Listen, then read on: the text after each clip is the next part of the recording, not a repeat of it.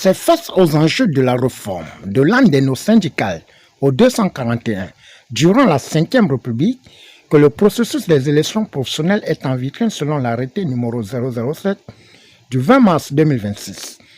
Malgré les multiples interprétations et dilatoires opposant les syndicaux contre le gouvernement qui ne compte pas trembler devant le bras de fer en fixant la date du 28 avril 2026 finalement, après constat des irrégularités de l'organisation pour celle prévue du 22 avril 2026. C'est dans ce cadre que le secrétaire général de la Fédération des travailleurs du Gabon, FETRAG, regroupant les travailleurs du secteur public, parapublic et le privé, piloté par Jocelyn Bingoma, leader d'opinion, défenseur des droits des travailleurs et pierre angulaire de l'ANDENO syndical depuis environ 25 ans, après son passage à Radio Gabon, a été face au micro de la rédaction d'Afrique Vision Média pour fixer le cap de la forme et le fond des principes clés et impacts de cette élection. L'élection professionnelle, c'est un processus qui permet de désigner, de dégager la représentativité syndicale afin de déterminer qui prendra la parole au nom des travailleurs à plusieurs niveaux, notamment au niveau d'entreprise, au niveau sectoriel et au niveau national. Donc au niveau d'entreprise, ce sont des élections que nous faisons depuis longtemps, vous savez, ce sont les élections déléguées du personnel. C'est la base même des élections professionnelles. L'innovation, c'est l'harmonisation sur l'ensemble du territoire qui fait les élections professionnelles. C'est-à-dire qu'on fait des élections professionnelles au premier niveau, notamment au niveau de l'entreprise. Ensuite, on va déterminer au niveau sectoriel et national quelles sont les organisations qui sont représentatives pour engager les dialogues nationaux, les dialogues sociaux au nom de leur corporation. Cette réforme fait suite aux réformes qui sont issues de la transition. Et nous avons terminé avec la transition politique, et là nous sommes maintenant dans la transition du dialogue social. Et je pense que c'est une opportunité pour pouvoir faire en sorte que l'environnement du dialogue social qui était complètement à l'abandon, occupé par le politique, se régularise et joue réellement le rôle donc, du dialogue social dans le cadre de la population des travailleurs. Pour moi, c'est bienvenu. On aura dorénavant une séparation claire entre les acteurs politiques et les acteurs du dialogue social. Il y a des sujets qui sont évoqués apparemment par des personnes qui ignorent un peu la configuration de ces élections professionnelles. Je vais m'expliquer parce que je vous ai dit tantôt que les élections professionnelles existent depuis au niveau du privé.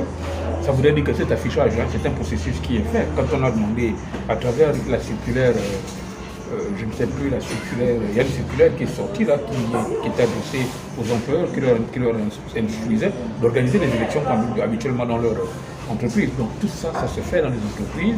Il y a l'affichage, il y a tout le processus, affichage, signature de protocole d'accord. J'ai entendu des gens parler de protocole d'accord.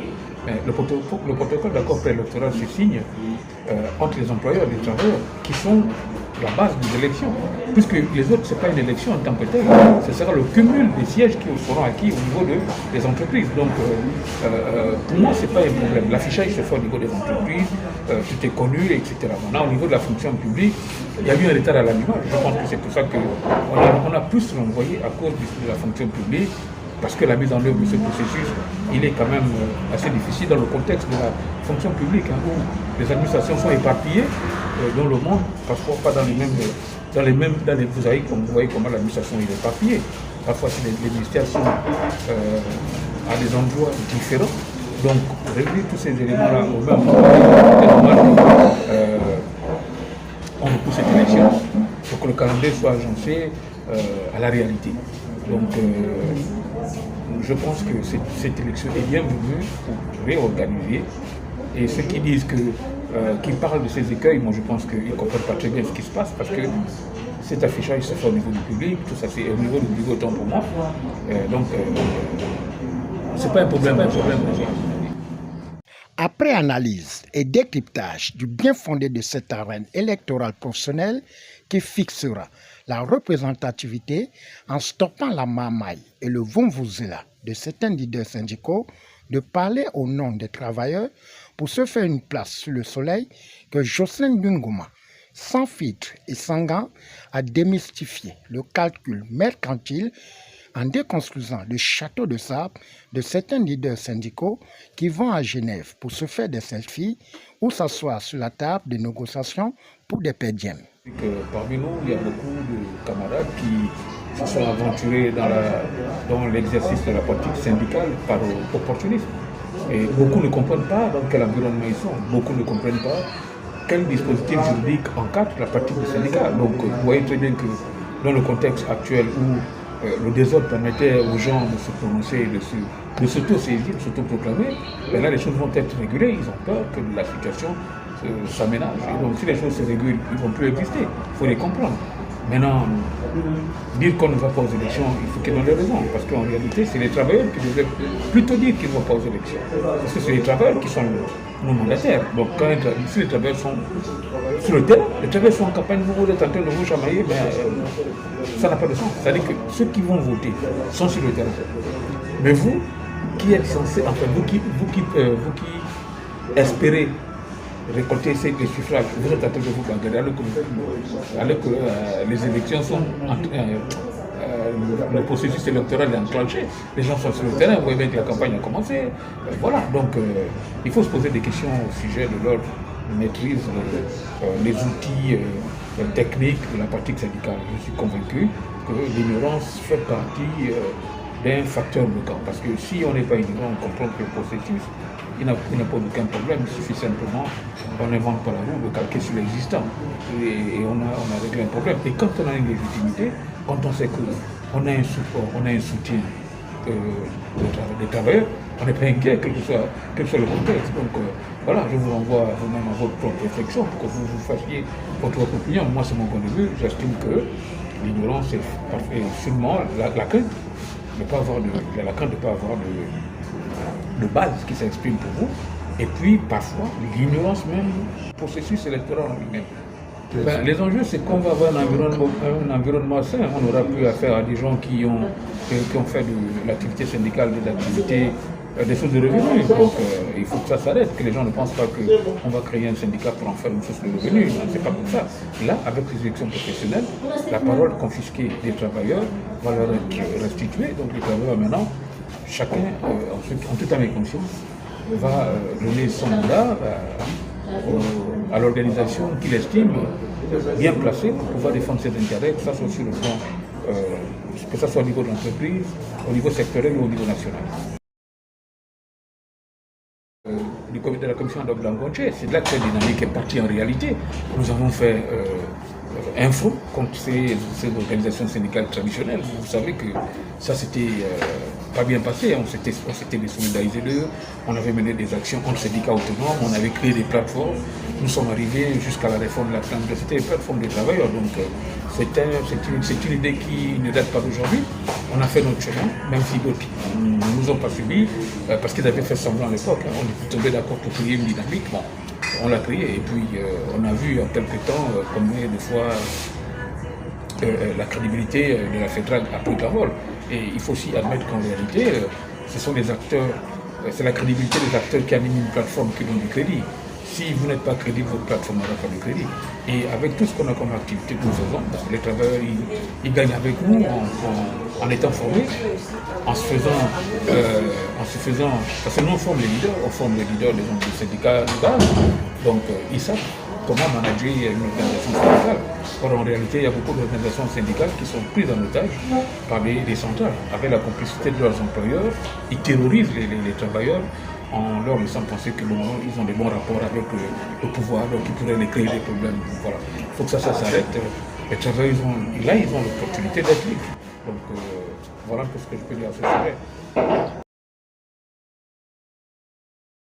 Moi, je pense que si on veut être de bonne foi, on pourrait être dans cette élection. Je vous ai dit tantôt, le modèle qui est appliqué actuellement dans l'organisation des élections au niveau du secteur privé, il est applicable au niveau du secteur public. D'ailleurs, au niveau du secteur public, ils ont même facilité parce qu'eux, ils ont un arrêté transitoire pour les élections. C'est un arrêté transitoire, ça voudrait dire qu'il va évoluer avec les autres échéances futures. Donc chez eux, la représentativité va s'évaluer sur la base d'un pourcentage acquis au suffrage exprimé. Ça voudrait dire que pour avoir des sièges, il faut avoir 10%, il faut avoir 10% des suffrages exprimés au niveau de la fonction publique. Donc ils s'organisent comment? Dans un département ministériel, par exemple, s'il y a 10 sièges, je dis n'importe quoi, pour 10 sièges, et puis qu'il y a 1000 travailleurs dans l'entreprise, tous les travailleurs votent pour une liste unique. Toute catégorie confondue, une liste unique. Et donc tous les travailleurs vont s'exprimer. Et pour avoir des sièges, il faut avoir 10% minimum pour avoir des sièges. Donc si vous avez 50% des suffrages, forcément vous avez la moitié des sièges. Donc voilà comment ça va se passer chez eux. Alors qu'au niveau du privé, c'est par catégorie socio-professionnelle. On a une élection. Au niveau des agents de maîtrise, exécution et cadre. Donc chaque collège a son nombre de délégués, mais à la fin on fait la somme de tous ces délégués-là pour les attribuer à la confédération à laquelle ils sont affiliés ou à l'organisation sectorielle à laquelle ils sont affiliés. Donc voilà comment l'élection se passe, c'est ça le principe. Il faut aller du principe déjà, parce que c'est un aspect que beaucoup ne voient pas. Il y a le plus gros des travailleurs qui n'est pas syndiqué, c'est une réalité. Les travailleurs ne se syndiquent jamais, parce qu'en réalité, la crise de confiance née des comportements des acteurs traditionnels de l'environnement syndical a poussé les travailleurs à la désyndicalisation. Donc les travailleurs ne sont pas syndiqués. Alors, l'élection des délégués du personnel, conformément à l'arrêté 0148, est obligatoire. Dans les entreprises de moins 11 salariés. Ça veut dire qu'il y a plein d'entreprises, il n'y a pas de syndicats. Ça veut dire qu'il y a plein de syndicats qui sont autonomes, qui ne sont associés à aucune confédération. Donc à cela, pour que leur voix pèse dans la décision, il va falloir qu'ils choisissent. Sinon leur voix risque de tronquer les résultats. Parce qu'on n'aura pas une représentativité réelle, on aura une représentativité relative. Parce qu'une bonne partie des travailleurs ne seraient pas prononcés. À cela, je leur dis, s'ils veulent donner du temps, s'ils veulent que leur voix pèse dans la représentativité, nous on leur offre la possibilité de se présenter sur la bannière de la FETRAC. Et s'ils votent pour la FETRAC, la FETRAC aura de fortes chances d'arriver dans les 40% qui sont recommandés pour être représentatifs. Et je pense que c'est une chance que nous leur offrons. Ils vont bénéficier également de l'expertise de la FETRAC en matière de couverture de protection et en matière de formation. Donc voilà un peu ce que je vous ai dit par rapport à cet aspect. Les travailleurs qui ne sont pas syndiqués, qui sont les plus nombreux en réalité. Vous avez lancé la campagne depuis le 14 et en guise de conclusion, quel est le message que vous véhiculez aux travailleurs pour pouvoir voter utile afin que la FETRAC puisse être représentative dans le nouveau Gabon, dans celle de la 5e République? Bien, les consignes que je donnerai d'abord les consignes aux membres, aux adhérents de la FETRAC, de continuer à persévérer dans la résilience. C'était déjà un peu difficile, hein. Il n'y a pas de moyens pour aller aux élections, alors que d'habitude les employeurs accompagnent les salariés dans cet exercice. Il n'y a pas de moyens, donc on fait avec les mains de bord. Donc j'encourage les membres de la FETRAC à continuer davantage pour aller vers la victoire totale.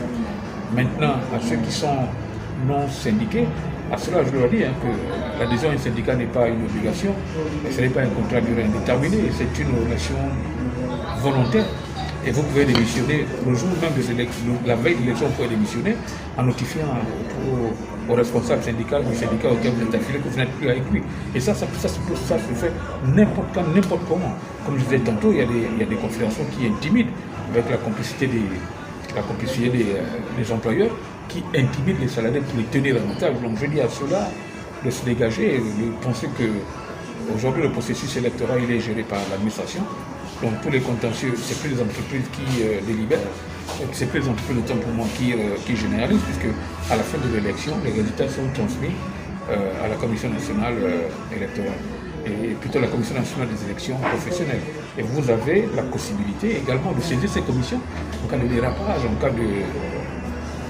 cas de dysfonctionnement constaté, ou des comportements un peu déloyaux des employeurs ou des adversaires. Vous pouvez saisir la commission.